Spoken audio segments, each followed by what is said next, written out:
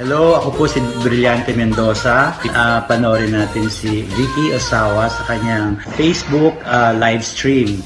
Ito po si Jacqueline Jose, inaanyayahan ko po na tumutok sa programa ng kaibigan kong si Vicky Osawa. Ang title ay Mag-usap Tayo. Kakausapin nila kayo tungkol sa lahat ng inyong mga problema, hinaing at pinagdaraanan sa buhay. Huwag kayo mag-alala dahil tayo mga Pilipino talaga namang nagdadamayan naman talaga tayo hanggang sa huli. Hindi po kayo nag-iisa. Huwag malungkot, huwag malumbay kasi nandiyan po si Tita Vicky para tulungan po kayo. Abang-abang na programa, Mag-usap Tayo by Vicky Osawa. Ito sa Japan. Kaya sa lahat po ng nanonood, lahat nakikinig, wag po natin kalilimutan. Po sa inyong lahat, ako po si Beverly. Ayan, kung meron po kayong mga problema dito sa Japan, huwag po kayo mag-alala. Hindi po kayo nag-iisa. Hitori janai. Kasi nandito po si Tita Vicky para tulungan po kayo. Manood lang po kayo ng online program Tita Vicky na Mag-usap Tayo. Mga problema at suliranin sa buhay ay hindi nawawala. Tanging kailangan tibay ng puso upang ika'y hindi maging kawawa. Mag-usap tayo at gagaan mga problema mo. Mga pagsubok sa aking buhay, maglulutas kapag nag-usap tayo. Minasan konnichiwa, magandang tanghali po sa inyong lahat. Kulitang Mag-usap Tayo, Vicky Osawa, 12 noon every Monday. Maraming salamat po. Onegaishimasu. Maglulutas kapag nag-usap tayo.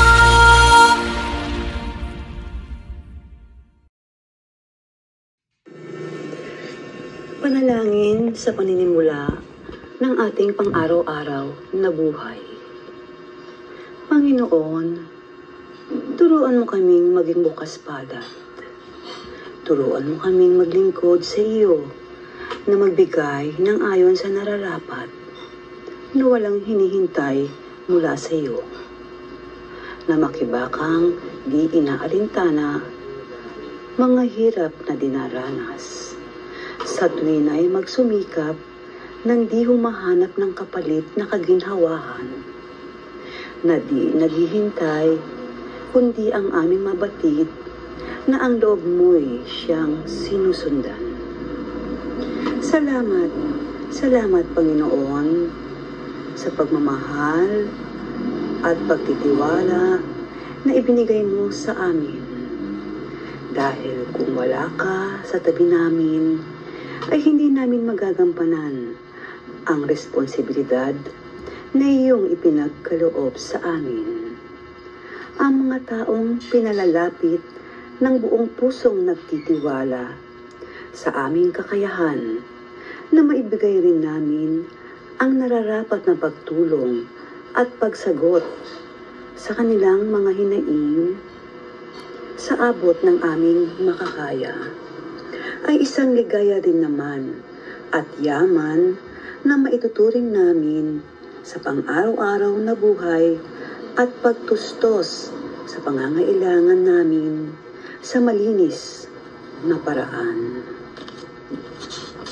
Nang dahil sa iyo, Panginoon, maraming salamat. Naway, huwag kaming matukso sa mga maling pananaw o gawa na hindi mo ikalulugod. Dalangin rin po namin na makita namin ang bunga ng aming itinatanim ay magbunga rin ng kabutihan sa aming kapwa. Ilayo niyo po kami sa galit, inis, maling pananaw at maling gawain. Bagkus, maghari po ang pagkakaunawaan sa bawat isa sa amin at makita rin po ng bawat isa kung anuman ang kanyang kamalian at maluwag na matanggap sa puso kung may nagawang pagkakamali. Tulungan niyo po kami, Panginoon, na mas maging maunawain, mapagmahal, at makatotohanan sa lahat po ng aming ginagawa sa araw-araw.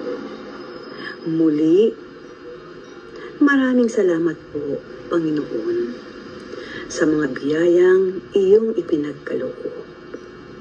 Salamat sa mga taong nagtitiwala sa amin, magbigay ng suporta, at matumbasan naman namin ito ng isang pakikipagkapwa-tao nang walang pag-iimbot. Relasyon na higit sa lahat ay ang pagiging makadiyos na gawain.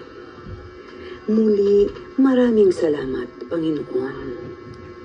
Idinadalangin po namin ito sa ngalan ng iyong anak na aming Panginoong Hesukristo. Amen. Magandang tanghali po sa inyo lahat. Si Vicky Osawa na mag-usap tayo. We're here again for recording live. Kasi po meron na naman tayong sked na dapat gawin sa itong Lunes. Anyway, andito po kami para sabihin sa inyo, matagal-tagal na tumanggal-tanggal o matagal-tagal na rin malamig dito sa Japan at nangangatog na kami. Nangangatog kami ng Yamanashi Ken po kami. Iba yung lamig kasi ng Tokyo at saka Saitama at saka ibang lugar. Alam mo, Okinawa talagang walang ganyan, walang lamig. Meron man pero yung hindi ganun talagang init siya. Init talaga ang Okinawa. Same thing with Australia. Pag taglamig sa Japan, tag-init sa Australia. Well, of course, depende rin sa lugar ata yun. Kasi usually meron akong mga kilalang mga oldies. Karamihan dyan, pag galimbawa ang taglamig, yung mga Hapon na punesa na, alam niyo naman, kaya nilang mabuhay doon. Pag taglamig na rito, pumunta sila ng Australia. And some are syempre more on Hawaii. Mas gusto pa rin ng Japan ng Hawaii. Mas kinapakagastos. So yun sana iniisip namin mag-asawa ko, hindi ko na kaya yung lamig.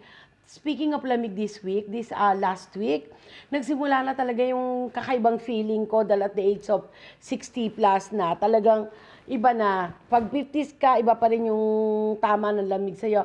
Pag nag-60s ka pala, 60 pataas, iba na naman ang tama ng lamig sa'yo. Kasi before, yung ganyan lamig, parang baliwala sa akin, maski mag-yelo. Although, hindi ako naglalakad talaga sa yelo, dahil takot akong madulas. Maski noon pa. Kasi ang speaking about yelo ng Japan, yung snow, yan po, hindi siya malamig pag nag-i-snow. Pero malamig siya pag nagda-dry ang snow. Pag yung snow lumiliit na, nagiging dry na siya. At hindi lang yon, napakahirap maglakad pag ganun. Kasi madali kang madulas. Dahil kung magkasabi, subukan nyo yung yelo, di ba? Yung yelo talaga itself. O di ba pag nadaanan mo yun, pwede ka madulas. Same with the snow.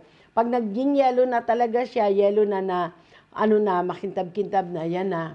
Pero yung talagang snow pa lang siya, na medyo talagang hapang halo-halo pa siya, hindi siya madulas. Gano? But still, kailangan ingat pa rin.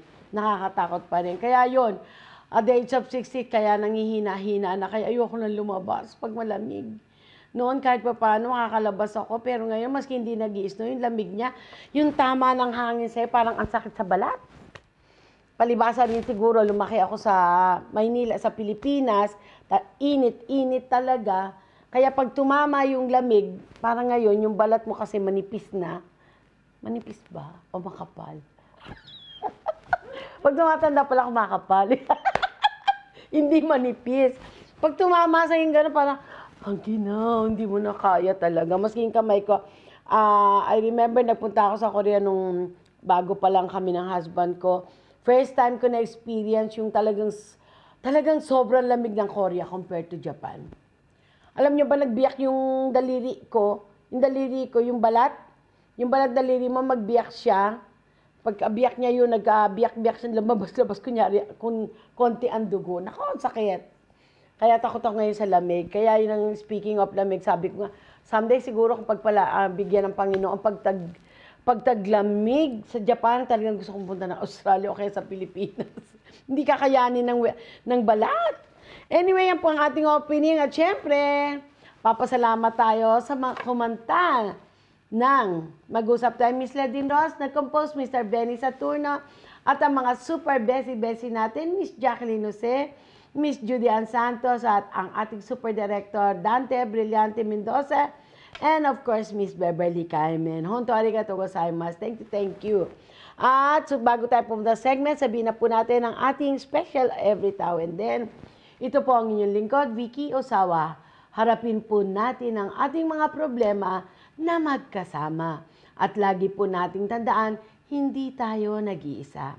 Yes, indeed. Hindi po natin kaya mag-isa. Kahit anong bagay na gawin mo, you cannot live alone. You want to be alone once in a while. Pero to do things na you want to be something like success, maging pintor ka, maging architect ka, hindi pwedeng magiging architect ka lang na on your own. That's very impossible. Meron pa rin taong involved sa'yo. Siyempre, habang nag-aaral ka, pinagluto ka ng pagkain ng nanay mo. Habang nag-aaral ka, siyempre, sasakay ka ng sasakyan. Ng sasakyan mo man siya, all alone ka, pero magpapagasolina ka. So, may mga tao pa rin involved. Everything in this world, hindi natin magagawang mag-isa. Kapares ng aming Netflix. Ayan ang aming Netflix. Ayan. Mamaya makita niyan. Ayan, usod ko. Yan, ang ating Netflix. Siyempre, hindi ko ginagawa mag-isa yan. Andiyan kasi silang lahat, kasama ko, kaya gumagawa. At saka, I remember, napaka-inosente ko. Aminin ko. Napaka-inosente ko. Nung una po namin ginawa itong Netflix, nag-error kami. Alam niyo kung bakit? Di ba dati bote ang Netflix namin? Bote yan. Ginawa papel. Sabi nga, kasi hirap na hirap kami sa bote paglalagay. Magkakasama kami, pati yung biyanan ko. Na-realize ko, sabi ko, ba't yun na lang gawing papel? Ginawa naming papel. And then, napaka-inosente ng lola. Dapat ang sealed pala, dito sa pinakababa, nakikita nyo yung baba, dito namin sinilid sa taas. Kaya sabi nung binabagsakan po namin isang ramen house dito ng Kokay, meron daw customer, sabi, bakit daw namin sinilid yung taas? Ang ginagawa tuloy nila, ginugupit. Imbis na pag tinanggal nga naman nila dito, maisisild pa rin nila. So yun ang pagka-inosente ko. Sa totoo lang, in fairness, ganyan ko kaalis ang sarili ko na, inosente. Parang from D. Yan po ang ating masasabi. At siyempre, pasok na tayo sa ating, ano nga ba? Tapos na prayer. Buhay mo, hawak mo. Onegaishimasu. Mga kasabihan sa buhay na magbibigay paalala sa pang-araw-araw habang tayo'y nabubuhay. Mula kay Miss Vicky Osawa. Mas importanteng maunang makita natin ang karakter ng ating anak bago ang school grades. Walang nilalang na hindi tumatanda, pero sana pag dumating yon, meron tayong magandang iniwan sa ating pinagkatandaan. Ang totoong kagandahan ay hindi dahil sa magandang mukha. Ito ay dahil may malinis na pag-iisip at malinis na puso. Walang problemang dumarating sa buhay natin nang walang sagot. Kaya pag dumating ang problema, pag-usapan kung papaano mareresolba. Basta wala nang sisihan para masaya. Alamin mo muna bago ka mag-share. Basahin mo muna bago mo sagutan. Basta ang importante, huwag tayong maging one-way side listener.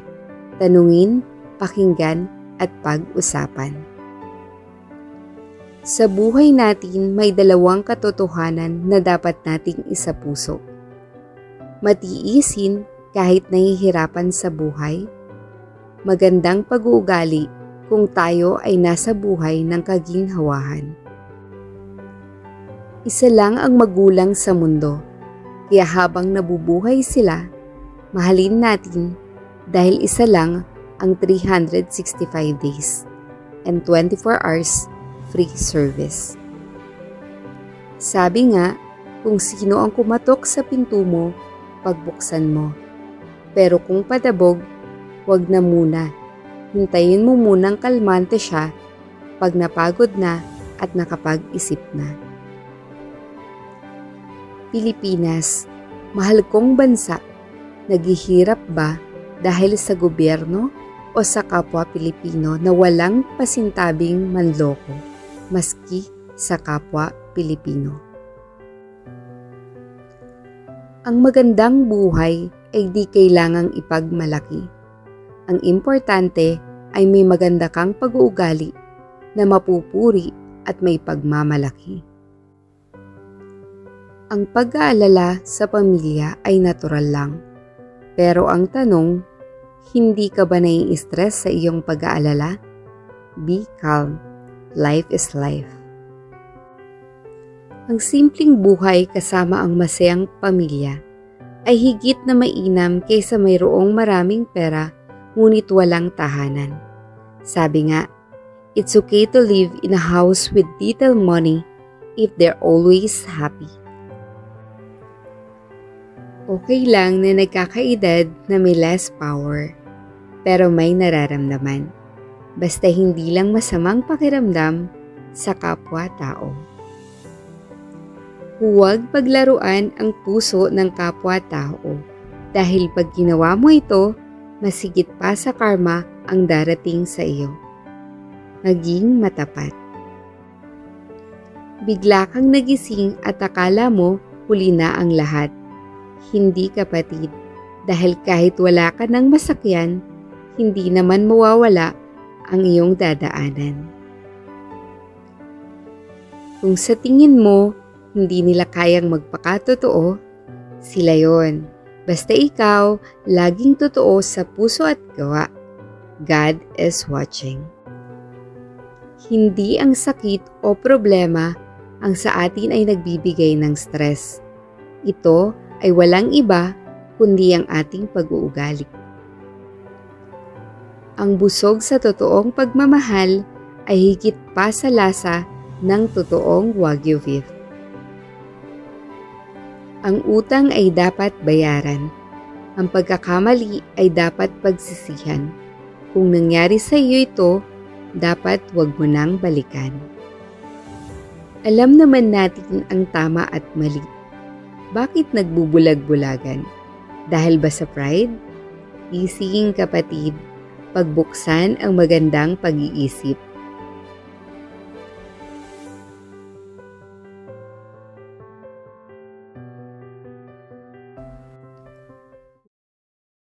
Mga kasabihan sa buhay na magbibigay lang kami. Kasi po nagkukwentuhan kami tungkol sa ano. Anyway, yan po yung 1,000 kasabihan natin. Lalagay po natin yan sa Spotify at saka sa Apple Podcast. Hintayin nyo po.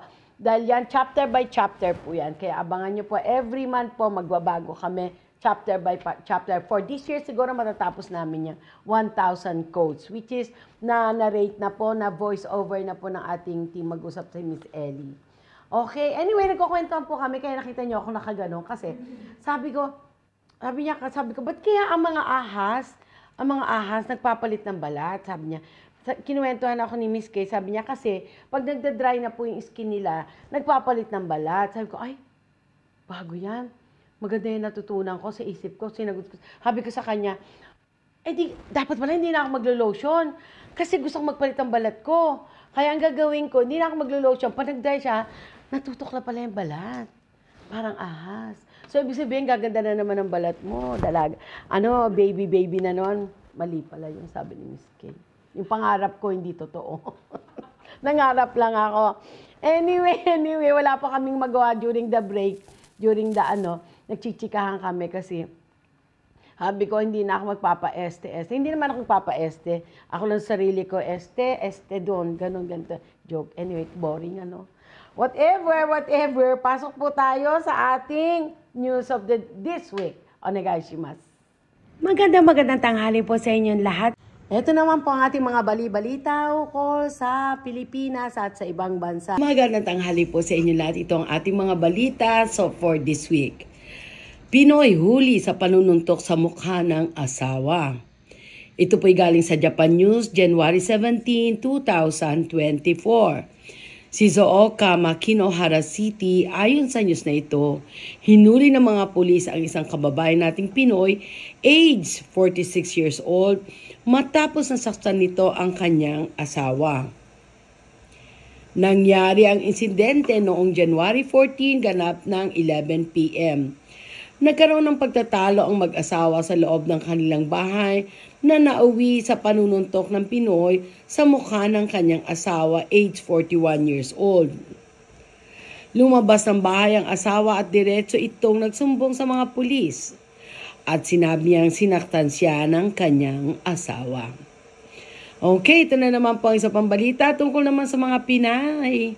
3 Pinay at 1 Vietnamese huli sa smartphone sagi. Yes!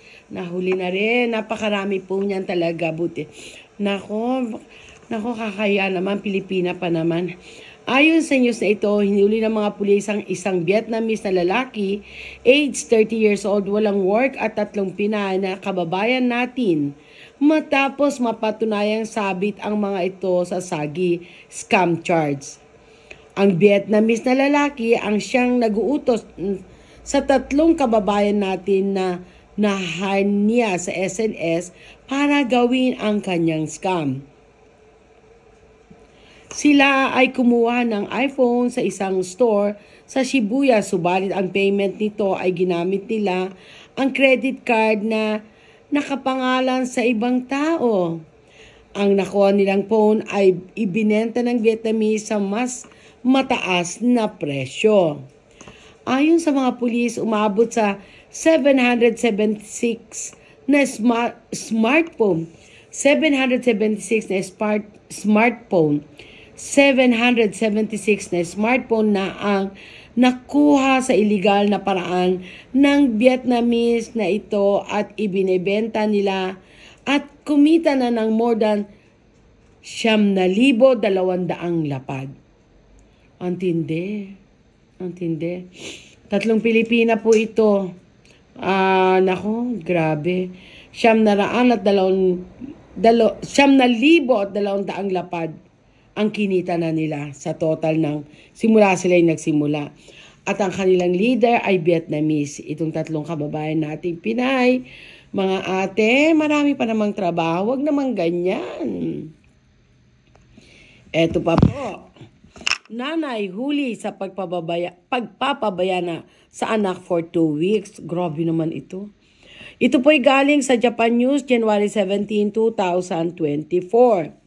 Kanagawa, Hiratsuka City. Ayon sa news na ito, hinuli ng mga pulis ang isang nanay, age 25 years old, company employee matapos na iwanan nitong mag-isa ang kanyang sariling anak at hindi gampanan ang kanyang responsibilidad bilang nanay. Naku naman, 2 weeks. Grabe. Ang anak nitong lalaki, grade 3 elementary student pa lamang ay iniwan niyang mag-isa sa kanilang bahay ng 2 linggo. Nalaman lang ang kanyang ginawa nang humingi ng tulong ang bata sa kapitbahay nila. Sinabi nitong hindi daw sumisindi ang ilaw ng bahay nila at hindi umuwi ang kanyang nanay. Ang nanay naman na umamin sa charge laban sa kanya, nasa bahay pala ng kanyang karesi. Yan po ang ating mga balita. Ito po ay galing sa ating isang. Yan po ang ating mga balita. Ito po ay galing kay Miss Jane ng team Mag-usap Tayo. Maraming salamat po. Yan po ang ating buhay mo. Ay, mga balita. Alam mo, lagi ako nagkakamali. Grabe.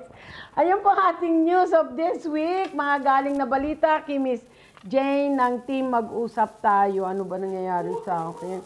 Kasi taping hindi ako, sanay ako talaga sa super live. Tinatawanan ako, ano ba yan? Anyway, ang lola talagang ganyan, ang bata natatawa-tawa na lang. Okay na yon. Kaysa naman ang bata laging hawak ng gadget, no? Anyway, yan po ang ating masabi sa news, mga bali-balita, kababayan pa naman natin. Di ba nauso yung smartphone na bibigyan ka ng 5 lapad, 20 lapad? Ayan po, kababayan pa nating 3 Pilipina at napakarami na nilang nakuha, no? Ilang libong lapad. Kapwa Pilipina ang inaano nila. Hinahunt-hunt, di ba? Kaya mga kababayan ko, kung meron pa rin pong ganyan, I'm sure na less na siya.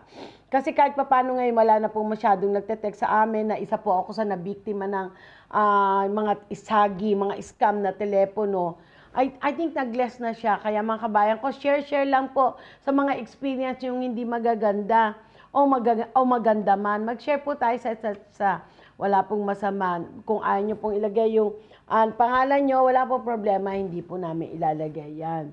Yan po ang ating news of this week. Ngayon, pasok na po tayo sa ating commercial. Mula sa aming team, kami po ay bumabating Akimashite Omedetou gozaimasu. Kotoshi mo yoroshiku onegaishimasu. Kaya naman ang team Mag-usap ay nagpapasalamat sa inyong pag-like, pag-share, at pag-follow sa aming page. At kaya kami ay magpapatuloy pa rin sa online document assistance, translation of documents, at airline tickets. At syempre, narito pa rin ang ating Netflix Peanuts, masarap, malasa at malutong. Kaya order now! Happy New Year to all! It's 2024 and today, andito po ang mga lucky na sasabihin namin sa inyo. I-share po namin na nabasa namin sa internet. Sa mga 5 luckiest zodiac signs sa taong 2024.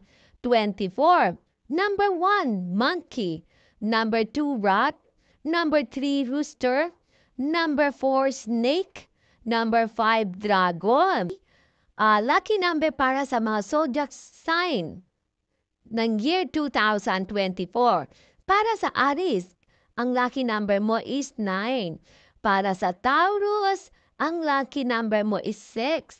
Para sa Gemini, ang lucky number mo ay 5. Para sa Cancer, ang lucky number mo ay 5 din. Para sa Leo, ang lucky number mo ay 1. Para sa Virgo, ang lucky number mo is 3. Para sa Libra, ang lucky number mo ay 7. At para sa Scorpio, lucky number mo 8. At para naman sa Sagittarius, lucky number mo is 4. Ang Capricorn, lucky number mo is 10. Aquarius, lucky number mo is 11. At para sa inyong lingkod, syempre, kung sino mga Pisces dyan, dahil ako po ay Pisces, ang lucky number ko is 22. Yan. Dito naman tayo sa lucky colors. Sa colors para sa 2024. Gold, wealth and achievement. Yellow, happiness. Green, prosperity and health. Yan po ang mga lucky colors, gold, yellow, green. Yes. Dito naman tayo sa lucky colors para sa mga zodiac animals ng 2024. Rat. If you are fear of the rat, blue, red, and green. Para naman sa ox, green, white, and gold. Tiger, blue, orange, and gray. Rabbit, pink, purple, and red. Dragon, gold, silver, and purple. Snake, black, red, and yellow. Horse, red, green, and blue. Goat, brown, red, and white. Monkey, gray, blue, and black. Rooster, brown, gold, and green. Dog, red, green, and pink. At pig, orange, gray, and brown. Yan.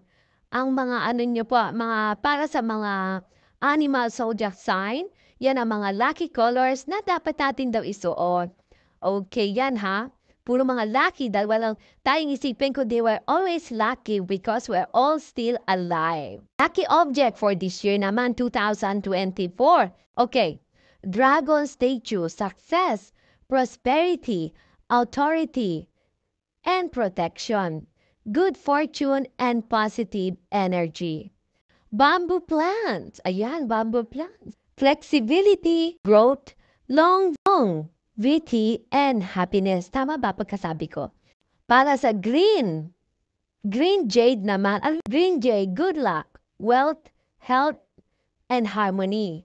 Healing, prosperity.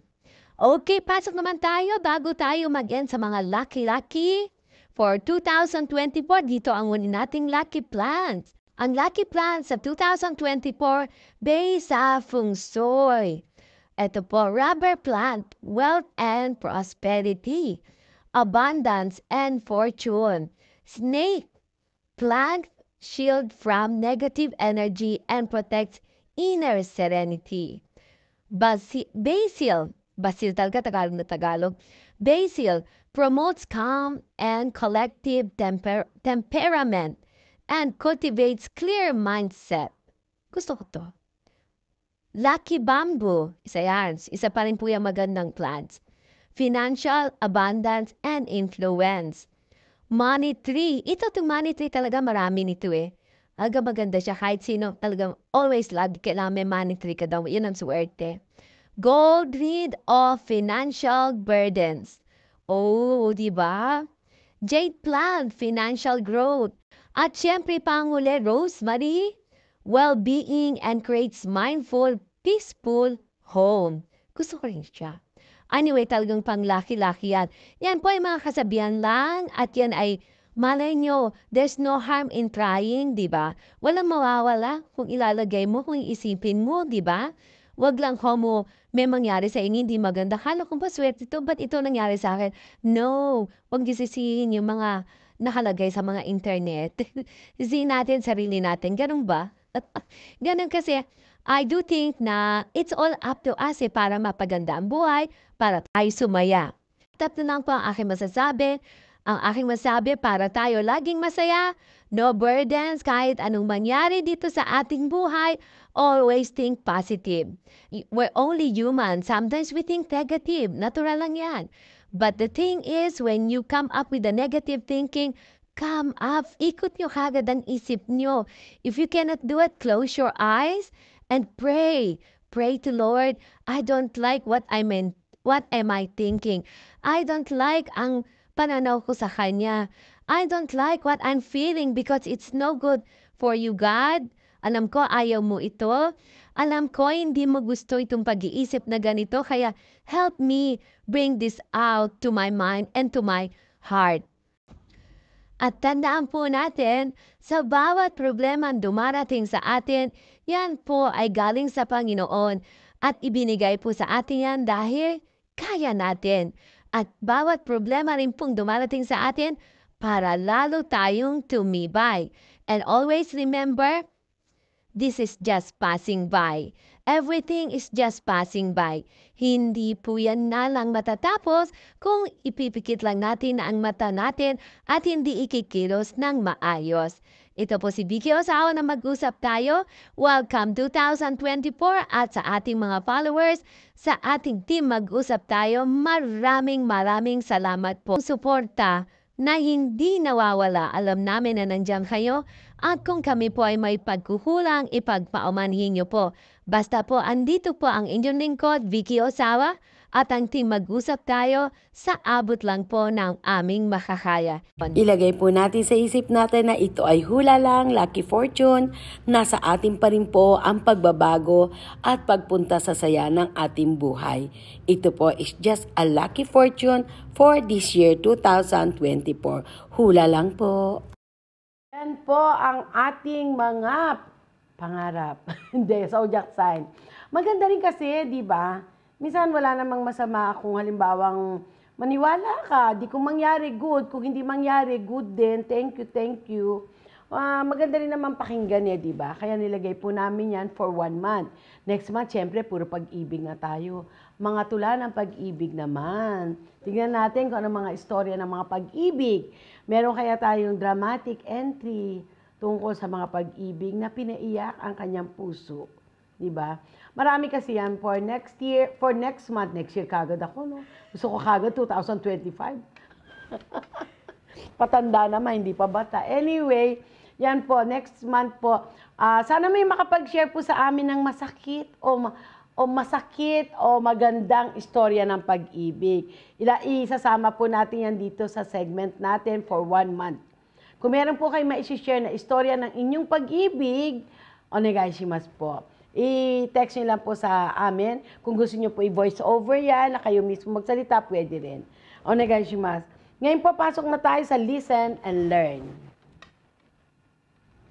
Magandang tanghali po, ito si Vicky Osawa again sa bagong segment natin ng Listen and Learn. Kumbaga sa Tagalog, alamin at pakinggan. O paano po ba ang ibang Tagalog nito? Whatever, kung may alam po kayo, please do let us know sa Tagalog kung anong mas maganda.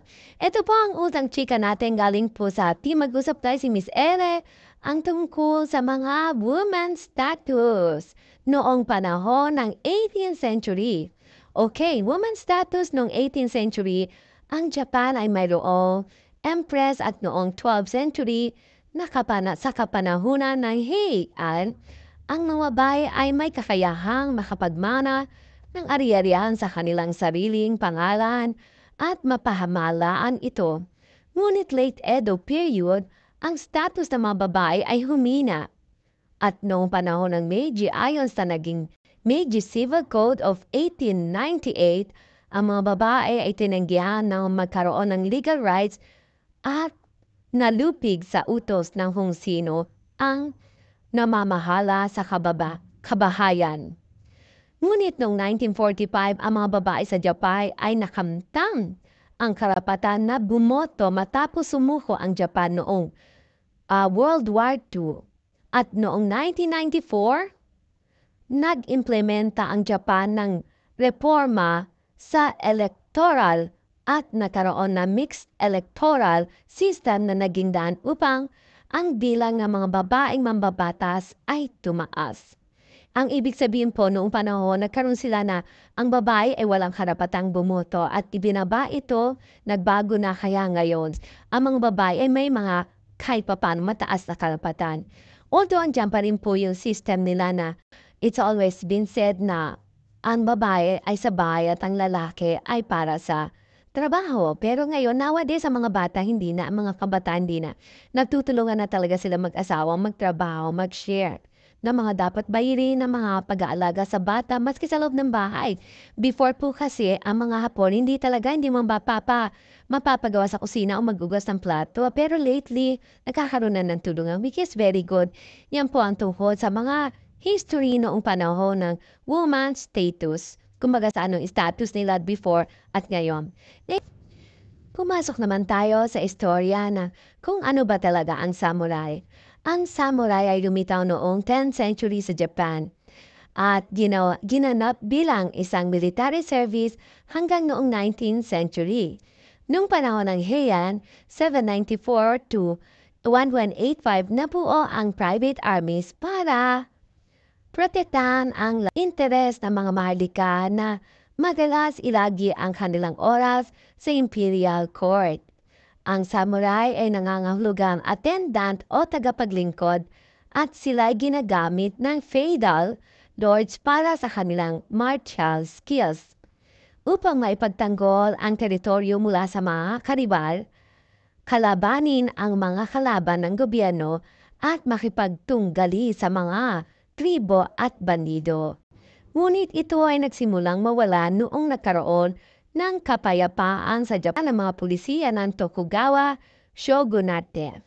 Yan ang tungkol naman sa samurai. Yan, dito naman tayo tungkol sa chopstick. Ito po ang tungkol sa chopstick. Kumbaga sana may mga klase ng chopstick silang ginagamit. But anyway, ito pa ang istorya tungkol sa chopstick. Kung kailan nagsimulang gumamit ang chopstick ang mga Hapon, ay paksa na rin ng mga debate. May ilang nagsasabi na ito ay nagmula sa China noong 6th century AD habang ang iba ay sinasabi na ito ay direktang dala sa Japan ng imperial envoy. Ang chopstick sa Hapon ay hashi, na homophone ng isang salitang Hapon na nangangahulugang tulay sa kanilang sinaunang kasaysayan. Ang Japanese chopstick ay nagbibigay tulay sa pagitan ng tao at ng mga banal kaysa sa gamit ng pagkuha ng mga ordinaryong pagkain. Ito ay ginagamit noong una sa pagpabahagi ng pagkain sa mga Diyos.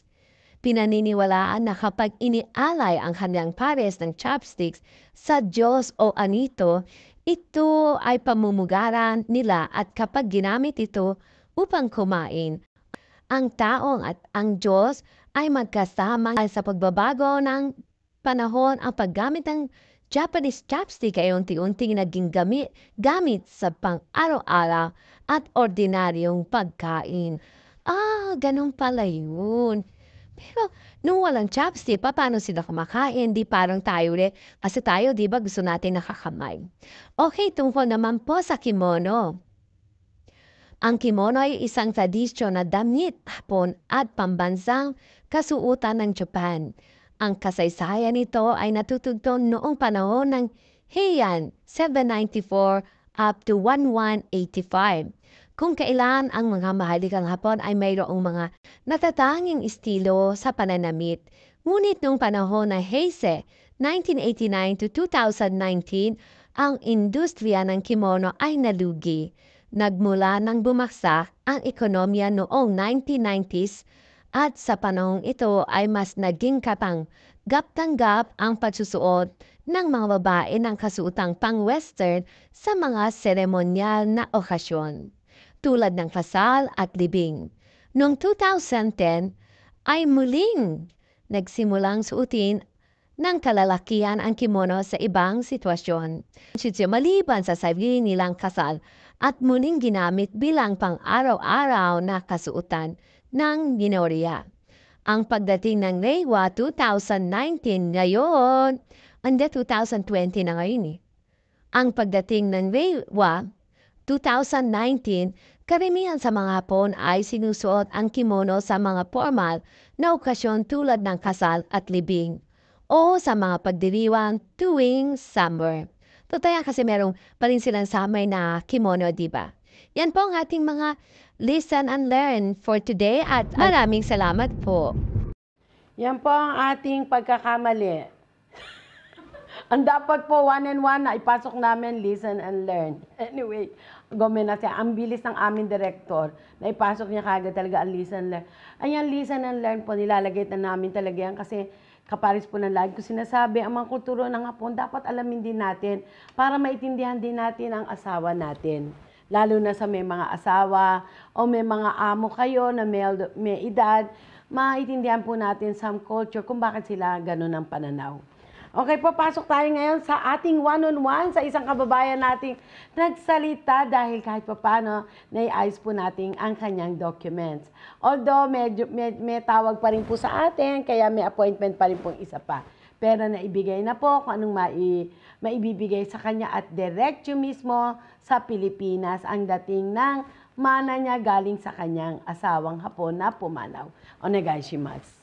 Magandang tanghali po sa inyong lahat. Ito si Vicky Osawa ng Mag-usap Tayo. Hello, ma'am. Ay, ayan. Good morning. Good morning. Saan na kayong mag-ina?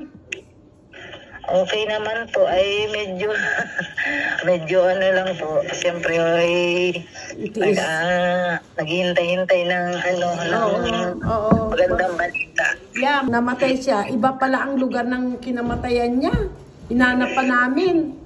Sinanong ko, sabi ko, hindi ba matatapos sabi niya, titignan namin yung documents kung okay na yan, papasok man daw sa'yo, February pa. Bakit hindi ka pumunta rito ng Japan? Ay, kaso po noong 1 month lang ako dyan noon, ma'am. Kasi po nung pumunta ako dyan ay buntis ako, noon ay parang hindi ko po nakaya yung klima, kaya umuwi po ako. Sa bagay, malamig. Kasi para kay baby girl mo, di ba? Someday, pag nagdesisyon ka, kasi yung anak mo nakapasok sa Kusikitohong, anak niya. Kaya ang laki ng chance na ikaw din makasama niya rito. Ngayon, di ko alam, sabi nila, hanggat hindi nakukwenta, hindi nila masasabi kung magkano talaga. Since na ilang buwan din hindi ka pa nabigyan, baka umabot ng maganda-ganda panimula mo dyan sa Pilipinas. Kung sa estimate lang po natin, mga ilan ho kaya yun halimbawa dito sa atin? Depende sa kung magkano palit ng yan di ba? Kasi mangyayari, bank to bank, ipadadala sa iyo dyan sa bangko mo yung pera. So, ayokong hawakan ng pera. Gusto ko ikaw mismo ang umawak from the start. Oo. Papasok yan sa account mo, anak, sa Pilipinas. Pero peso na siya. Oo, peso na siya. Kapares yung naalala mo nung nandyan ang asawa mo, di ba? Pumapasok sa asawa mo sa account niya. Ma'am siya, nung nandito po siya, yung kapatid niya po ang nag-iintindi. Halimbawa may dumating po ditong notice sa amin. Tawag niya po doon sa sister niya, tapos yung sister niya po ang nagpapadala dito sa Western Union ng pera niya. Kaya gano'n. Ayun. Pero may dumarating sa yung papel galing sa pension no? Address sa Pilipinas. Dito na po kasi siya ng address niya, dito na talaga siya titira. Kaso lang po talaga, siguro dala ng katandaan niya, ayaw niya nung laging nakatigil siya. Gusto nila makakadaan lumakad. Okay. Ayun, tapos dito siya. Kaya pala babae ang nag-report nung kamatayan niya. Nagulat kami kasi yung kusikitohong niya, yung family registration niya sa isang lugar, tapos yung due mention niya, yung address niya, ibang lugar, and then yung kinamatay niyang lugar, ibang lugar na naman. Tatlong lugar na-trace namin, tagal. Po kasi ma'am, kasi po hindi talaga ako marunong mag-Japanese. Kaya ako hirap na hirap. So, dane, wakaru sa no kimuchi. Naintindihan ko. Appointment ko na sa kanila para malaman kung magkano ang totally makukuha at kung okay na lahat ang documents. Ang mangyayari, anak, ganito. Mula nung hindi na ipasok yung pera sa asawa mo, lilikumin nila ngayon yung total and then ipadadala sa'yo one time. Lump sum. Yung mula nung namatay siya na hindi na kinukuha yung pera, no? Nung hindi na nawi-withdraw yung pera, lahat yun papasok sa'yo every 2 months. Every 2 months kasi ang pension, anak. Every 2 months ang pension niya, and then kung halimbawa hindi mo nakuha ng 2 years, ilalamsam yung 2 years na yon, padadala sa iyo one time. And then every 2 months may matatanggap ka na dyan sa Pilipinas hanggat di ka nag-aasawa. Pag nag-asawa ka, yun, mawawala na yun. Matatanggal na yung every 2 months mo. Pero hanggat hindi ka kinakasal, dire-diretso yan. Sige po sa akin nung siya ay buhay, pasabi niya, basta pag ako ay nawala, bigla ako nawala, huwag ka mag-alala, at saka yung baby, yung bata, ay meron din siya. Yes. Kasi ito ay salamat naman ho sa Diyos at talagang napagdasal ko rin yan at para ako ay makabayad na rin ang aking mga utang-utang. Po ba kaya talagang hindi ko agad na-send yung mga kailangan dokumento. Sabi ko pasensya na rin kasi natagalan talaga siya. Marami akong nilapitan ng mga nakikita ko sa online pero hindi ko nilapit sa kanila kasi nga sabi ko naman sila talaga totally na yung walang kasi may nag-refer po sa akin, kaibigan ko. Nakikita ko naman kayo sa YouTube, napapanood ko, sabi ko okay naman pala kay madam. Kaya talaga matagal ang process niya. Siyempre naman, kung ako talaga ang pupunta dyan, mas lalo po ako mahihirap. Kaya ang laki ng pasasalamat ko din po sa inyo, sa Panginoon na talaga pong dahil hindi ako magpunta dyan ay nagpaayos na yung aking iniisip na yaan. Oo, tsaka makapagsimula kayo mag-ina sa Pilipinas. Ako naman, ang sistema kasi natin, gusto namin, nilalakad natin sa magandang paraan, hindi yung mga magic. Ayoko ng magic. Kaya nga po. Sabi nga nila, sabi ko kasi yung iba nagpapaayos, sabi ko, naku, pag nagpaayos kayo sa amin, lalakad tayo ng diretso, ayoko ng kanan kaliwa. Kaya kung hintay talaga kayo, kasi kung talagang maayos tayo, mas pangmatagalan yan. At saka ma'am, talagang bumubuti kung ako lang talaga yung iintindi ng ng mga tao. Siyempre marami din naman talaga sabi ko, hintay-hintay na sabi ko sa anak ko. Arigato.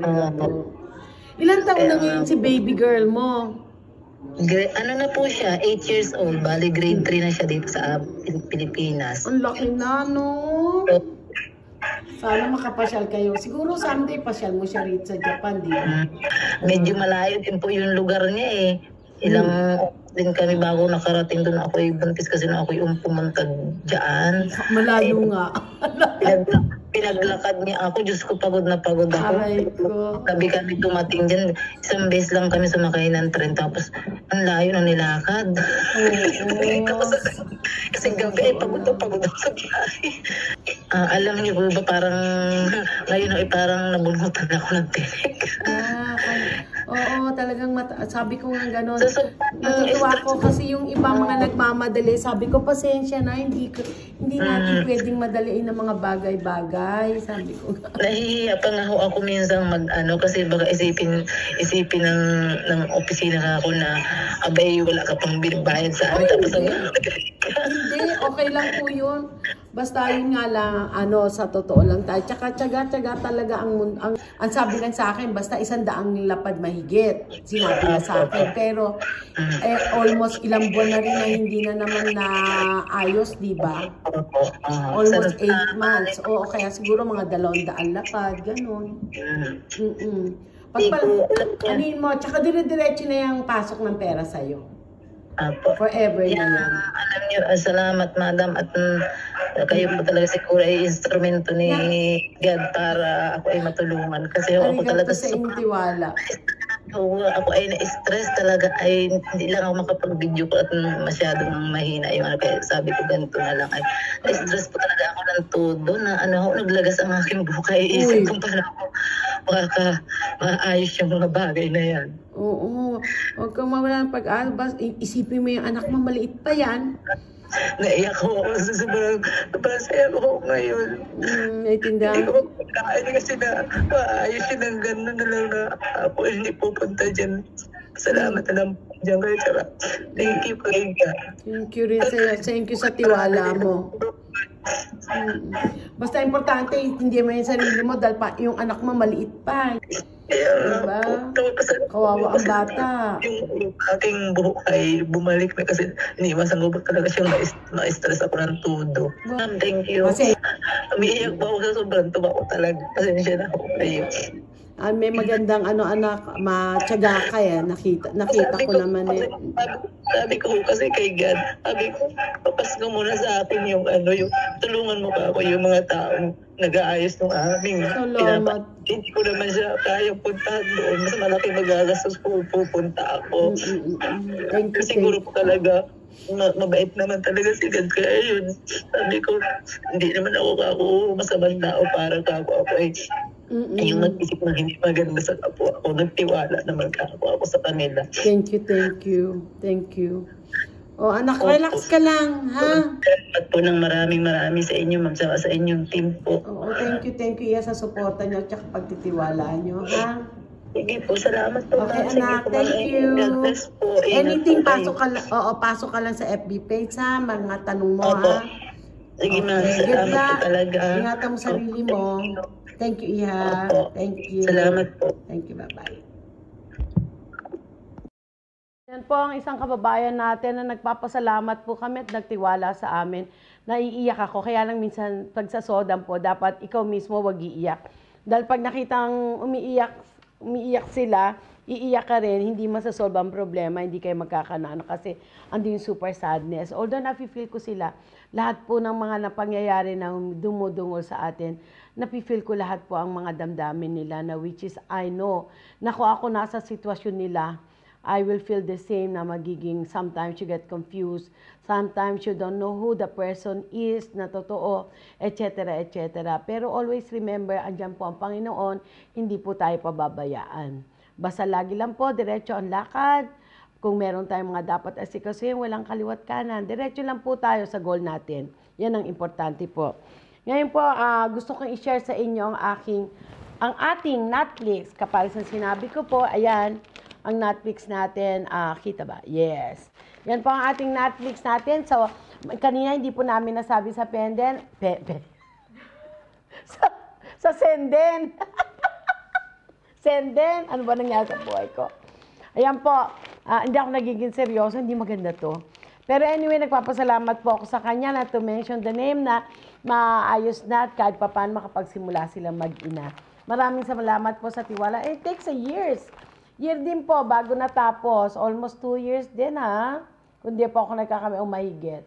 O less than 2 years. Napakano niya naman po. One thing, ang masasabi ko lang po sa mga lahat ng humingi ng assistant with us, i-follow up niyo po sa amin. Kasi minsan, kung di po kayo nag-follow up sa amin, ayaw po namin nangungulit. Ayaw po namin na, mapapaayos niyo. Hindi po ganon.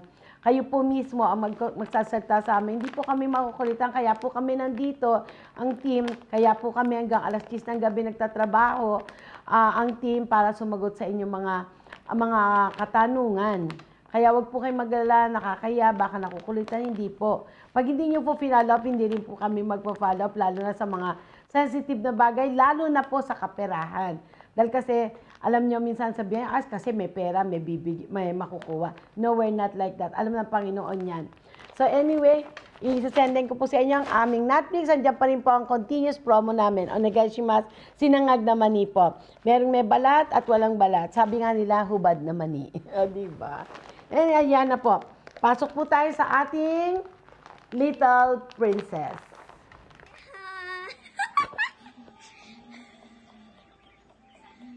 Little TV な。いいんだよ。ちゃんとピアスもね。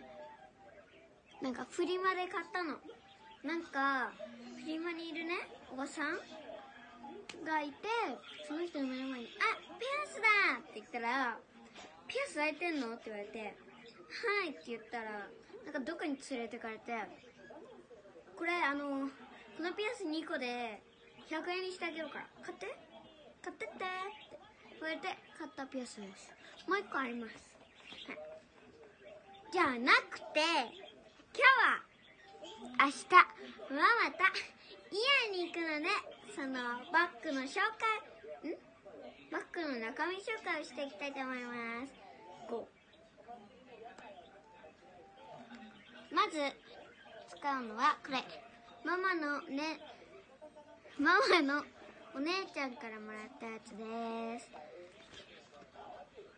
まずそれでは紹介していきます。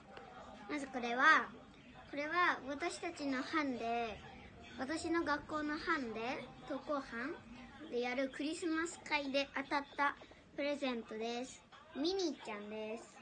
すっごい可愛いです。なんか顔違うんだね。なのにこっちはかわいい。このようなハンカチです。2つ目、あんまり入れてないかも。これもクリスマス会でもらった景品です。まずはやだ汚い。はい、すごいデコってるニベアのリップクリームです。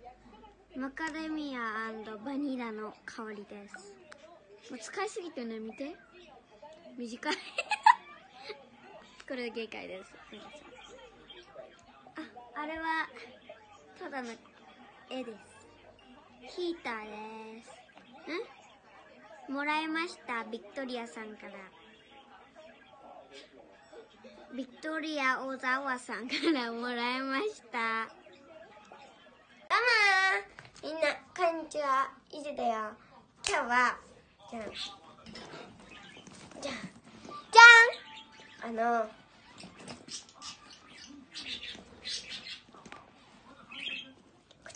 こちら私のランドセルです。今日は7個ランドセルの紹介をします。まずはこちらは鍵をつけています。今は取ってるんですけど、ここに鍵つけるやつです。これは友達とくっつけるためにつけてます。前はこんな感じと、これは友達が書いてくれたやつです。でこれも友達からもらったティッシュのゴミです。はい、次、中身はこの汚いんですけど気にしないでください。こんな感じです。それでは紹介していきます。まずはタブレットは連絡帳が書いてあるので、いつもまた書いてます。あと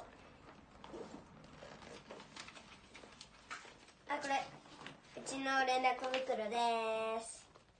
こんな感じ。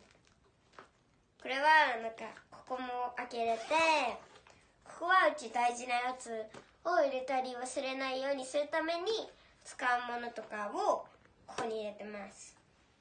でこの中は手紙大量です。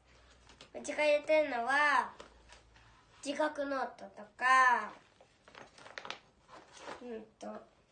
漢字ドリルとか漢字ノートとか、なんかもう使わなくなった算数ノート入れてます。と次は景色が入ってます。と筆箱です。Yan po. Yan ang ating Little Princess. Hindi ko nahaba ng aming chika-chika. Pasok na po tayo sa eto ang Showbiz, Chismis. Marites na naman. O, pasok po tayo sa ating Marites. Magandang tanghali. Pwede na naman tayo sa mga chika-chika, chismis sa showbiz. And una nating chika, showbiz. Ito po ang ating unang chika showbiz. Hiwalay na after 9 years, Jericho at Kim for sale na ang mga ari-arian. Bakit kaya? Marami ang nanghihinayang sa paghiwalay ni na Jericho Rosales at Kim Jones. 9 years ding tumagal ang kanilang relasyon, pero hindi sila sinuwerteng magkaanak. Bakit? Hindi naman maging dahilan yun para magkaiwalay kung walang anak ano. 2 years na ang nababalita na may problema ang kanilang marriage, pero ngayon lang naging open sa publiko matapos maging paksa ng mga blind items sa showbiz circle. Alam mo naman, ang mga spider, nakikita talaga mga nangyayari, sumuot-suot siya. Kaya ayan, bido mo 2 years na palang hindi maganda ang relasyon na. Nakapagpundar sila ng kanilang dream house. Sa ngayon ay balak nilang ibenta. Mahal yan. Maging ang isa pa nilang conjugal properties na naipundar ay balak na rin daw nilang i-dispose. May career sa modeling si Kim Jones at isa rin siyang interior designer. Si Jericho naman ay gusto raw ipurso ang kanyang matagal ng pangarap na makapag-penetrate sa Hollywood. Wow! Well, hindi naman masamang mangarap kung yun ang makapagbibigay ng fulfillment kay Jericho. Sana nga swertin siya at mabigyan ng break sa Hollywood. Walang masama no, sige go Jericho. For sure, paghahandaan niya ito bago siya sumaba sa kanyang pakikipagsapalan. Ready na yan. Sure. Ready na si Jericho, magaling din artista yan eh. Mo Hollywood, magandang pangarap yan ha. Eto muna tayo kay Chris Hermosa, nagbalik tanaw sa 13 taong pagsasama nila ni Oyo Soto. Sa pagdiriwan ng ika-40 kaarawan ni Oyo Soto at kanilang 13 anibersaryo ng kasal, inilarawan ni Christine Hermosa kung paano nila napanatiling matatag ang kanilang pagsasama sa pamamagitan ng kanilang pananampalataya sa Diyos at sa isa't isa. That's true. Binigyan din ni Hermosa kung paano siya hindi naniniwala sa low time sa kasal dahil palagi nila inilalagay ni Soto ang Diyos sa gitna ng kanilang relasyon. Hanggat ginagawa natin ang ating bahagi upang tuloy siya at ang isa't isa, ito ay palaging isang mataas na oras. Ano yun? Sa kanyang bahagi, binati ni Soto si Hermosa sa pamamagitan ng kanyang Instagram na nagsasabing ang kanyang pag-ibig at kagandahan ay nagniningning na mas maliwanag kaysa pa sa araw. Hala, kinumpera ang araw sa beauty niyo. Ganun. Anyway, ibig sabihin masaya siya. Okay na rin. Kabilang sa mga nagdiwang sa life milestone, ang mag-asawa ay ang kanilang pamilya at kapwa celebrities. Sina Hermosa at Soto ay mayroong 5 anak. Oh, nakalima na pala siya. Ulitin natin. Ang pangalan, Kiel, Andrea, Caleb, Marbik, ni pala Maribik, Marbik at Vittorio. Tinanggap nila ang kanilang bunsong anak, si Vittorio, noong Agosto 2021. Ito naman po, isa pang balita tungkol naman kay Ariana Grande. Allah, bakit kaya? Nagkibit-balikat sa mga haters. Yes, End. Yun daw ang title. Noong Biyernes, nilabas ng Grammy winner 30 ang kanyang pinakabagong single, Yes, End. Unique ang title. Yes, tsaka N. Okay, basahin natin. Mula sa isang house beat na nakapagpapa-alala sa Vogue ng kanyang kaibigan na si Madonna, ipinagkibit-balikat ni Grande ang kanyang mga detractors at lahat ng kanilang mga komento at chismis. Mula nang umakyat siya bilang global pop superstar, si Grande ay naging target ng tabloid, isang masayang eporically defiant dance track. Yan, yes, and ang sagot niya sa lahat ng satsat tungkol sa kanyang itsura, sa kanyang hiwalayan, sa kanyang bagong relasyon at iba pa. Yes, and ay ang unang handog ni Grande sa kanyang nalalapit na ikapitong studio album at una mula noong 2020 position. Ang mga awit ng Rain on Me ay nag-record ng track sa New York City kasama ang matagal ng collaborator na sina Max Martin, Salmanzade. Naku, hirap talaga. Na gumawa ng ilan sa kanyang pinakamalaking hit. Una nang sinimulan ni Grande ang panunukso ng bagong musika noong Disyembre nang magbahagi siya ng mga larawan mula sa isang recording studio sa Instagram. Sa wakas ay inihayag niya ang Yes and noong Lunes na labis na ikinatuwa ng kanyang mga tagahanga at ang mga kasama sa A-list tulad ng Leva State na si Nick Minaj ay nagkomento, "We are ready." Ang singer-actress na gaganap bilang Glinda sa paparating na week film adaptation ay nakatakdang i-drop ang music video para sa Yes and ng Biyernes ng umaga sa 10 a.m. ET. Yun ba? Eto naman, last na balita natin tungkol sa Chika Showbiz. Pauline Luna magbabakasyon kasama ang pamilya bago manganak. Bakit ilang buwan ang kumbaan niya? Sumama si Pauline Luna Soto sa isang nakaka-relax na paglalakbay kasama ang kanyang asawa, si Vic Soto, at kanilang anak na si Tali. Habang nagbibilang ng mga araw bago sila sumalubog sa isang bagong karagdagan sa kanilang pamilya. Nagtungo ang pamilyang tatlo sa isang hot spring resort sa Laguna kasama ang kanilang mga kasambahay na makikita sa serya na Instagram po sa kanyang page. Nakikipagbanding si Tali sa nanay ni Luna na may-ari ng resort. Wow! May-ari pala naman ng resort eh. Si Luna na nakasuot ng asur na two-piece swimsuit at ipinamalas din ang kanyang baby bump habang nakikisaw-saw sa pagkasama sina Soto at Tali.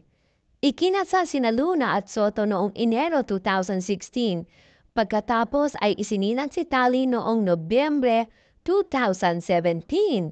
Kinumpirmi ng mag-asawa ang ikalawang pagbubuntis ni Luna noong Hulyo ng nakaraang taon at isiniwalat sa pamagitan ng isang party na magkakaroon sila ng baby girl. Wow, yan ang ating mga balitan, Chika Showbiz. Thank you po. Ito po ay galing kay Miss Justin ng team Mag-usap Tayo. Arigatou gozaimasu. Thank you.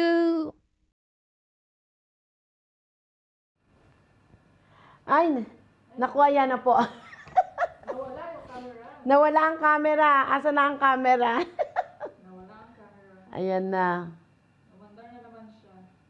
Okay. Ayan na. Siya yun. Mali. Ay, ayaw. Ayaw ng camera.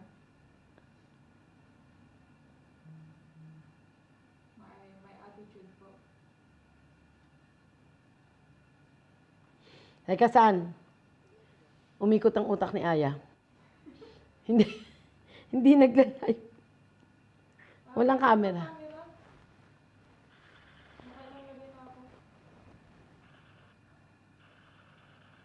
Ayan. Baka walang battery.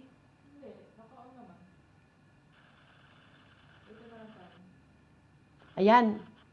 Ayan, oh. Tiyan mo, natatakbo pala ako ng mani. Gusto natin yung mani. Ang Netflix, di ba? Ayan, ready na po kami. Ayan. Pasok na po tayo sa ating Miss Hussein ng mga katanungan. Miss Hussein, kamusta dyan sa Philippines? Yes, magandang umaga po sa lahat ng ating mga followers, subscriber. Bali sa Pilipinas po ngayon, medyo malamig ang simoy ng hangin. Ina, di. Parang magpapasko ulit. Ang gasa. Alam, Pilipinas kasi maganda talaga umuwi dyan. December, January, February, no? Yes po, itong January mahangin po ngayon, lalo na sa madaling araw, malamig. Ina. Pero pagdating ng Marso, wala na, init na, no? Ay, super init na po yun. Oh my God. Lalo pa yun na to, El Nino daw po, medyo tag-init talaga ito. Ara, Diyos ko pa yun. Anong tubig, magkakatuyuan ng tubig sa ibang lugar. Nako. So, narinig natin bali-balita. Naku, kailangan pala marami kayong dyan, yung mga drum. Naka-imbak na drum. Naka-imbak na drum, oo. Magkakagawa. Teka, Miss Jose, may tatanong ako. Anong nangyayari sa jeep daw? Mawawala na ba talaga ang jeep?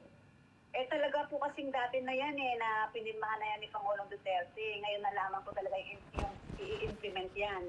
Kasi nasa na rin yan, napirma na lahat ng mga congressman. Yun po talaga ang kasunduan na ipe-phase out to this year. Tumabo dapat December 31. Medyo nag-a-adjust yung kasi nga po, nagra-rally talaga yung mga may-ari ng mga jeep. Kasi nga, yung kapukayan din nila, doon lang naman sila kumukuha. Para pa rin pong kontra. Pero alam mo yung kilalang-kilala ang Pilipinas sa jeep, yung sarili nating gawa, di ba? Yes, trademark na ng Pilipinas. Yes, trademark na. Sabi ko nga, sa akin lang, sabi ko, di sana, mag-request na lang tanggalin yung mga luma, o kaya yung mga luma, pagandahin nyo, bawal yung ganito, bawal yung ganun na lang. Hindi kaya pwede yun, di ba? Kasi, para bang pag-jeep, alam mo yun, maminis mo. Yes. Yan. Okay. Nag-i-static pala, sorry. Oo, kasi sabi ko nga nung, narinig ko, nagchichikahan kami, sabi ko para sa akin, napakaganda ng may jeep kasi trademark na natin yung jeepney eh. Kaya lang siguro may reason din. Meron talagang natin ang gobyerno, pakay, para lalong gumanda ang bansa natin. Pero, paano yan? Yung mga tao, marami pa rin lumalaban? Yes, Ms. Vicky, marami pa rin po sa ating mga driver kasi alam naman natin na ang buhay ng Pilipino isang karaniwan lamang at yan lamang umaasa sa jeepney karamihan. Paano mangyayari? Kala ko ba pauutangin? Pautangin ba? Bibigyan? Iba po yung pauutangin. Pautangin sila kung gagamitin nila yung bagong jeepney. Ang alam ko po is 200,000 lang. Pero after no, sila na ang maghuhulog-hulog. Ilang milyon po ang halaga nun. Ay, milyon? Yes po, parang pauna lang yun. Napahiran din silang puhunan. Then, puhulog-hulugan din nila yun. Almost million din po yung halaga nun. Ay, sus, paano naman kung nagpapaaral ka ng 3? Po, kaya nga, hindi sila sang-ayon. Marami ang hindi sang-ayon. Oo, kasi kung halimbawang 200, tapos milyon ang babayaran mo, ang sabihin mo pang mura man ng monthly, ay yung pinag-aaral mo naman na 3 estudyante, paano na lang? Wala na para sa pamilya. Oo, sana man lang yung kumbaga kalahati man lang, hindi ko alam kung magkano presyo kasi, no? At least kalahati nung parang magiging magaang. Halimbawa, yung ilang percent nun ibibigay ng gobyerno para sa talagang tatagal ka dyan magtrabaho as jeepney driver. Pero magiging sayang pag nabayaran mo yung kalahati. Hindi kaya nila gawin yun. Yung kalahati talagang sagot ng gobyerno. Di ba? Para sa akin, although hindi ako taga-gobyerno, suggestion lang ito. Hindi ko alam kung magkano na ang meron ng stock ng pera ng gobyerno. Kung ako, bibigay ko yung kalahati, pero pag magiging pangalan mo yan, pag nabayaran mo na yung kalahati. Para bang mas masarap pa, di ba? Para bang ikaw sa tingin mo? Anong masabi mo? Yun po kasi talaga kaya nga po marami kumukonta, napakabigat para sa isang kapwa natin simpleng mamamayan lang, yung ganong sistema. Kaya po, hindi sila sumasang-ayon. Di ba? Na gano'n, nasagutin na nila yung kalahati. Maganda nga po sana yun, pero sa kasanaan pala, hindi nga po gano'n ang rules, ang sistema na ipinapatupad. Ipapatupad. Diyos ko. Kung ako lang naging si Shohei Ohtani, kilala mo si Shohei Ohtani, di ba yung baseball player na super billion money ang pumasok ngayon sa kanya, being a star. Siguro yun ang ginawa ko. Ako na nag-share. Kalahati na lang, sige, libre na. Tapos yung kalahati, bayaran nyo sa magiging pangalan nyo. Para sa akin, magandang ano yun kasi lalong para magkaka-interest na ang gobyerno talagang tinutulungan ng Pilipino. Dahil mahirap ang buhay sa atin, hindi ganun kadali. Maski pa sabihin mo OFW yung mga kapatid, mga magulang na nasa abroad, hindi rin ganun kadali, di ba? Lalo na tayong kaming mga nasa Japan, magkano ang palit ng yen, di ba? Yung sa akin lang yun, sa idea ko lang. Para bang gano'n, hindi ko alam kung ano. Siyempre, mas alam ng gobyerno yan. Mas alam nila ang balancing niyan kaysa sa ating mga ordinaryong wala sa pwesto. Okay, Miss Hussein, hindi ko na ba tatagalin. Anong unang question natin? Yes, ito po ang unang question, ma'am. Baka matulungan na po ako sa trabaho ko. 1 month na po kasi nag-resign ako. Nagpasa ako ng resignation sa kanila. Ang hinihingi ko po yung taisyo, pusyo, mesyo. Totoo po ba aabutin ng 2 linggo o 1 buwan? Ang ganon? Di po kasi ako pwedeng makatambay ng walang trabaho. Kaya need ko po sana agad yun para makalipat agad ako. Dahil kailangan ko naman po talagang magtrabaho agad. So yun lamang po ang tanong ko, kung ganun po ba talaga sa Japan, na yung pinirmahan mong certificate of resignation is ganun po katagal bago nila ibigay sa'yo? Okay. Ma'am, ang tanong ko dyan, anong status ng visa niya? Kasi dito, pag umalis ka ng trabaho, pwede ka naman mag-apply the next day Under training visa ba siya? Kaya siya ganyan? Kasi pag under training visa ka, yes, you need to wait. Makailangan ma-release yung resignation letter bago ka mabigyan ng bagong visa sa ibang kumpanya. Baka yun siya. Meron talagang karamihan pag training visa, minsan tumatagal. Siyang caregiver, Miss Vicky? Yeah, caregiver siya as training visa. Siguro po. Kasi dito, caregiver ka, ano ka pa, kung ang visa mo, sarili mo, the next day pwede ka na magtrabaho sa iba. Ngayon, hindi siya makapagtrabaho just because under training, ibang visa. Kaya ganun. Kaya hindi pa binibigay yung resignation. Kasi kung wala yung resignation, talagang hindi ka mabibigyan ng bagong visa sa ibang trabaho. Kung yun po yun.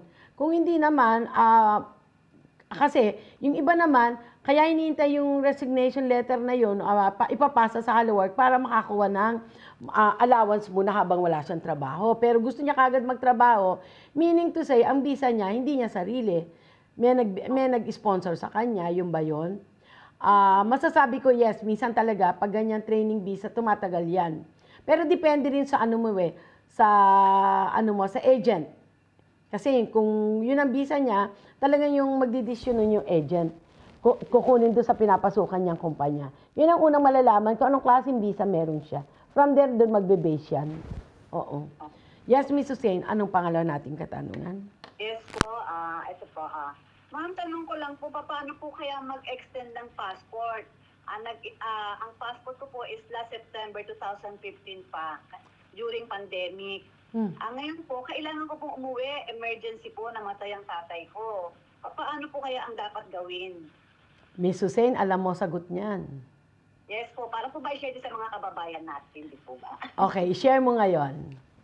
Ikaw mag-share. Alam mo yung sagot yan. Okay, Miss Hussein, pakisagot.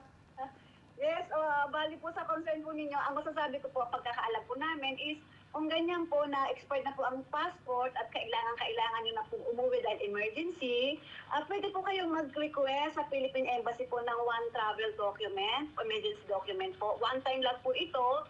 Sabihin po ninyo talagang kailangan nyo umuwi dahil ang inyong mga pong ama is namatay po. Bibigyan po kayo ng embassy nito, so pwede po kayong mag-call or mag-email po sa kanila. Yun po ang masasabi namin. Pasensya na po, yan po ang aking nalalaman lamang, Miss Vicky. Salamat po. Thank you, yes. Ano po yan? Bali, travel document po yan na nakukuha sa Philippine Embassy. Pero with applying for that, kailangan meron po kayong mga katibayan kung anong nangyari kay tatay, kung meron po kayo sa hospital. Maski siguro naman, messenger order, kailangan makita yon yung papeles na yon. And then, kailangan po may ticket kayo. One-time travel po yan. Oo, totoo yun. And then from there, i-ask nyo na rin po ang embahada natin pagkakuha nyo ng travel document na kung pwedeng sa Pilipinas na kayo mag-extend ng inyong passport. Although 2,000 2015 pa? Yes po. O, yun. Itanong nyo na rin po kung pwedeng doon nyo na i-apply kung magtatagal po kayo sa Pilipinas, kung anong mangyayari at anong kailangan. Yan po ang aming sabi. Tama si Miss Hussein. Thank you, Miss Hussein. O, anong sunod nating question? Ito po. Ma'am, saan po ba ako pwedeng mag-loan? Baka po pwedeng magpatulong sa inyo. Anong loan? Anong klaseng? Loan ng... Loan po ito. Oo. Ano yan? Cash loan or house loan? Yung ganon. Cash loan po ito, basta ganito. Ang cash loan po usually pwede kayo may mga may mga credit card na from there kung maganda ang credit nyo, nakakautang po ron. Tapos nang kay baray. Yun po ang alam ko. Pero yung mga utangan kung saan dyan, wala po akong alam. Kasi ang alam ko po yung mga credit card, pwede kayo mag-loan doon. Pero the rest of the loan, wala po akong alam.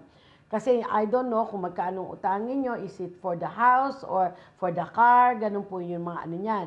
May mga car loan po, may house loan, na mismo sa Fudosa nyo malalaman po yan sa mga realtor, kung yun po ang inyong ilo-loan. Kung cash naman po, alam ko sa mga credit card, pwede po yan. Okay, ma'am. Meron pa tayong katanungan? Yes po, ito po ating huling katanungan. Yes. Yung asawa ko po nga po, uuwi po kasi ng Pilipinas. Kami. Itong March po. Yes. Paano paglakad ng visa niya? Ay, ang tanong dyan, Ms. Hussein, kung ganong katagal ba silang uuwi ng Pilipinas, magtatagal ba yung husband niya? Wala pong nabanggit. Basta po ang tanong niya, paano ang paglakad po ng visa? Ang visa po for foreign passport, as of now, yung mga kasama na hindi kailangan ng visa, kasama po ang Japan. Hindi po kailangan ng visa if you're going to serve just for a couple of months. And in case magtatagal po kayo, kasama nyo naman siyang uwi, meron po, kung hindi po ako nagkakamali, kung hindi po ako taga-immigration, pero usually pag umuwi po kami mag-asawa, even my friends na kasama ang asawa nilang Japanese, nabibigyan po ng balikbayan visa, which is 1-year visa po yun. Ngayon, kung halimbawang more than that, I think pwede naman kayo mag-extend. Yes, Ms. Hussein, tama, di ba? Pag halimbawang more than 1 year, Ms. Hussein, anong dapat nilang gawin? Pwede po silang mag-extend. Sa umpisa po, 6 months po muna ang hingi ng extension. Then kung sakali po, pwede na rin pong i-apply ito ng permanent visa. Meron lamang po mga requirements na pwede manggagaling din po sa Japan side at din po sa Philippine side. Ang alam ko po sa Philippine side is kailangan nila kumuha din ng NBI clearance. Oh, okay. So, ang NBI nila dapat sa Japan, sa Philippines? Sa Philippines po, sa Philippines. Yung Japanese? Yes po. Oh, okay. So, yan man po, narinig nyo, kung halimbawa pong mga couple of months lang or less than 1 year, pwede naman pong walang visa na yan. Wala pong visa ang Japanese at pag-asawa po ng asawa ng Pilipina. Yan po pagkakaroon. And then, pagdating nyo po sa airport, kung magtatagal po kayo, from there, pwede na rin po kayo magtanong kung halimbawa paano paano nyo extend yung asawa nyo. Yan po ang aming masasabi sa mga katanungan. Tama, Ms. Hussein, wala tayong katanungan. Yes, Ms. Vicky, yan po ang ating huling katanungan sa araw na ito. Thank you, Ms. Hussein. Thank you so much. Yes, Team Mag-usap, thank you so much. Thank you. Okay, yan na po ang ating mga katanungan na galing kay Ms. Hussein. And now, pasok naman po tayo sa ating quotes of the day. Ang ating quotes of... Ano mo, sinave ko pero hindi ko makita ngayon. Kasi po, sabi ko sa inyo, meron po kaming 1,000 quotes at mayroon na po kaming... I think meron na akong kulang-kulang na 1,700 quotes na ginagawa. Pero 1,000 lang po ang aming inuunang tapusin. Ito po ang gusto kong sabihin sa inyo. Ito yan. Kung dumating ang tag-ulan sa buhay natin, don't be scared. Kasi bukas sisikat din ang araw. Keep going. Totoo po yan. Kasi dumarating talaga, like the weather. Dumating ang tag-ulan, diba? Dumating ang snow, talagang yuki. Pero darating pa rin ang araw. Hindi sisikat ang araw. Kaya wag po tayo mag-alala. Kung may mga problema pang dumating sa atin, always remember na everything na nangyayari po, anything na nangyayari is just passing by. Hindi po forever yan, but keep going. Kung halimbawang monday ate, pag nagka-monday kayo, kore itay dami, gambare ba, nanto kanaro. Yan po ang aming masasabi. Pagbutin po natin kasi everyone got sick. Lahat po tayo nagkakasakit, may nararamdaman tayo. At depende na rin po siguro sa sakit natin. But sometimes, tamani, jibunobyo kiga, mendo miteru, kumbaga sa you care about your sickness, lalo siyang parang lumalaki. Not unless talagang matinding sakit na po yan, Ayokong Kaya mga kababayan ko, byoki ate mo, nani ate mo, mada karada, ugoiteru, mada te, ugoiteru, mada ashimo, ugoiteru, memo miyanay. No mo mada ugoiteru, gambarimasyo. Yun lang po. Kore itay, are itay, moto itakonaru. Kaya gambate kudasay. Yan po, ulitin ko po. Kung dumating ang tag-ulan sa buhay natin, sakit, problema, love hurt, di ba? Iba-iba. Pocket hurt, bulsang bumigat, di ba? Tama ba? Bulsang nabutang, ganon. Don't worry, don't be scared, kasi bukas sisikat din ang araw. Keep going. Yan po ating masabi at siyempre para sa inyong lahat, maraming salamat po dahil kung wala kayo, wala po kami dito. At sa team Mag-usap Tayo at ang aming bagong director na si Miss Kay, maraming salamat sa iyo. Ang queuing niya, maikli na, very good. Thank you so much. And now, siyempre, ang ating last word, may we all live with love, peace, and harmony. Arigatou gozaimasu. Hindi ko nagawa yung osusumi. Next week na lang. Thank you. Bye! Mga problema at suliranin sa buhay ay hindi nawawala. Tanging kailangan tibay ng puso upang ika'y hindi maging kawawa. Mag-usap tayo at gagaan mga problema mo, mga pagsubok.